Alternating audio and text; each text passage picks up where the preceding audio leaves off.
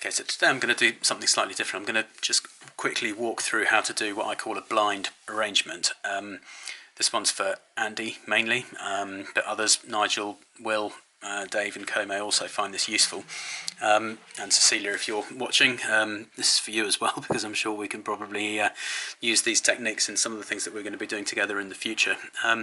So where are we up to? What are we looking at? So this is my GarageBand folder in my iCloud. Because I use Mac stuff and an iPhone, it will create a GarageBand for iOS folder automatically in your iCloud, so it's really easy to do. That's where the ideas on your phone automatically save to, but they're only little 8-bar loops really. So what we're looking at is a bunch of 8-bar loops that I've done in about the last sort of week or so. Now I can't remember how any of these go, I can't remember what they are, the names don't mean anything. Halftime, Morose, Emerger, Plodder and Bubbles. Some interesting names in there.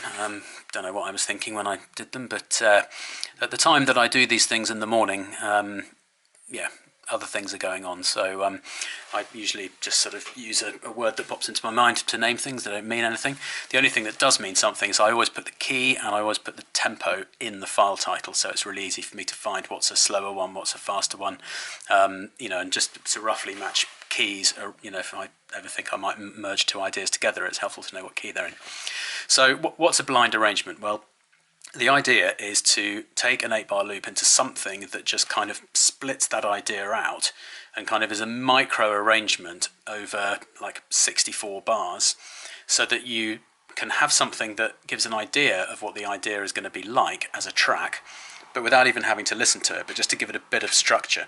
So let me show you what I mean. I'm going to take Bubbles and I'm going to put that into Logic, because you have to do all of this in Logic. You could do this in GarageBand as well, actually, but it's probably easier for, you know, doing this sort of stuff. I'm just going to stick with Logic because that's what I know.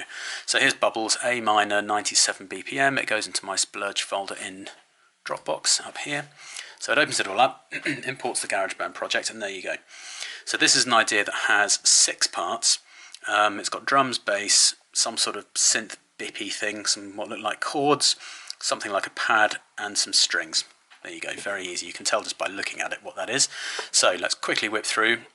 This is my sort of automated process for turning that block of musical stuff into a mini arrangement that can then be turned into a track a bit later. And when I listen back to it, it's going to sound like a sort of arranged piece of music that's going to be better than just listening back to the same 8 bars with everything all playing at the same time. So what do? First thing I do, I take off cycle. I don't want to hear just that looping round and round. I then copy everything automatically, so it's 8 bars, so I will copy it up to 64. So it's another, oops, another 1, 2, 3, that takes you up to 32, and then 1, 2, 3, 4 takes you up to 64. I then just drag that end marker across a bit in case there are any reverb tails that might be playing there in the end. Then I just plonk it back to full scale, so that's the whole thing. That's my one idea, but multiplied 8 times to make it up to 64. Then I tend to just save it because I like having a saved copy of, you know, the fact that it's now definitely a new thing. So it's now a Logic project. It's not a GarageBand project. It's in my splurge folder in Dropbox. All good. My little son is obviously not very happy about this because he's screaming in the background. But let's do the arrangement. Super quick. I always knock out the drums at bar 32. That's the first thing I do. Then I knock out the bass in the following section. That has already created a little bit of sort of tension and contrast because the drums will now just drop out at 33 and it'll only be the bass and the other melody parts. And then when the beat comes back in again a bit later, there won't be a bass, so it'll sound quite hollow. That's just an immediate thing that I do on every single idea because it's automatically just given it some space without even having to think about it.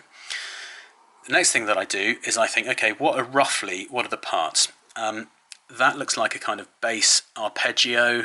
That, as I say, is definitely some chords, some melody and some strings. Strings don't usually tend to come until the end, so I can knock all of those ones out. It'll come in at the end of the sort of first half, the strings will come in. Probably won't put them at the end, so they can be knocked out as well. I generally don't like lots of things playing together, so I'll leave that for now. Likewise with, again, I'll drop the bass out at the beginning on this one, doesn't matter particularly, but on this track I'm going to start it with just the drums and this epic cloud formation. I think it's like a kind of synthy kind of psh sound, and I'll just drop everything out, doesn't matter. But what you want to do is just be introducing more things as the track progresses and then drop them back again over time. So we will leave it there. We will put, the bass can come in at bar 9, and then it doesn't really matter, I'll just drop them out, and then what you've got then is you've got the bass coming in there. There we are. Because it's 5 parts, actually I'll put that one back in actually, because so what I've done is I'm introducing the bass with the beat and this high-pitched sound coming in here, but I don't want too much melody, so I'll drop that out then. So that'll play for 8 bars with just the bass will come in with the drums and the high-pitched sound. Here, these 2 parts will be a bit more melodic, so that will kind of introduce a bit more melody. Then the strings will come in, and then you get to the end of the first half. So that's not a bad sort of building arrangement, but it's probably going to get a bit boring, so I will drop out a few of those because they've been playing all the way through. So I think what I'll probably do is I'll knock them out here, dum dum dum dump, and then they'll come in back here. Now the reason that I've left them in here is because in at least one section of the edited sort of arranged track, I like to have every part playing just so I've got everything in at least one little snapshot. Sometimes it's this actual bar 25 where that happens, other times it's 49, because by 57 you want to be starting to drop stuff out because it's coming to the end. But I'll leave it like that for now. That's the first part kind of looking okay. What about the second part? Okay, it's going to be just the bass, so we don't need, actually what I'll do, we'll actually drop that out, and then these will come back in again. Those can come out, those can come out, and because the strings haven't been playing for that long, I'll just leave them to play there. Then we've got the bass dropping out and the beat is carrying the track forward. To make it kind of empty, I will drop out the strings there, and just for the sake of it, I think I'll probably drop out those because they're kind of chords, and I can see there's some space going on between here, so that might just give it a slightly more loose kind of atmosphere if it's just the drums, no bass, and then these little high-pitched things again.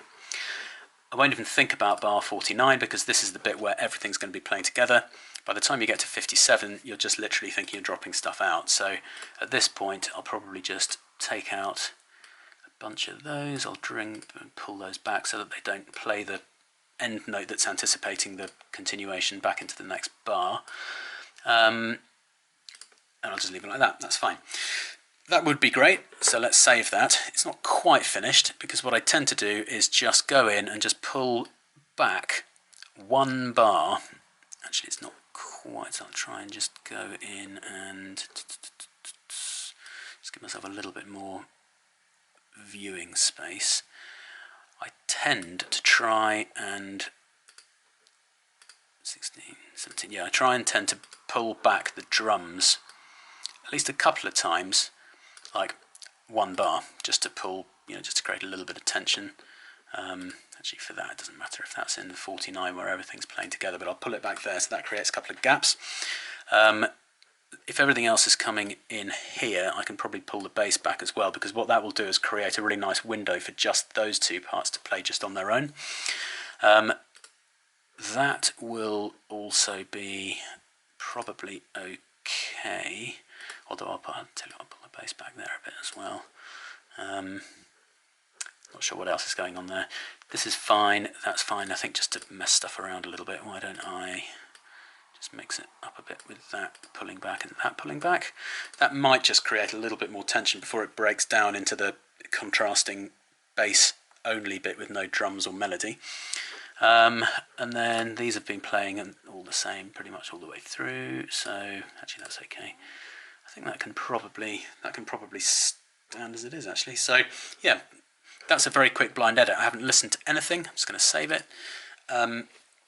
haven't listened to anything, haven't fiddled about with it. It's just arranged blind, just using a bit of imagination and a likelihood of what all of those different parts are.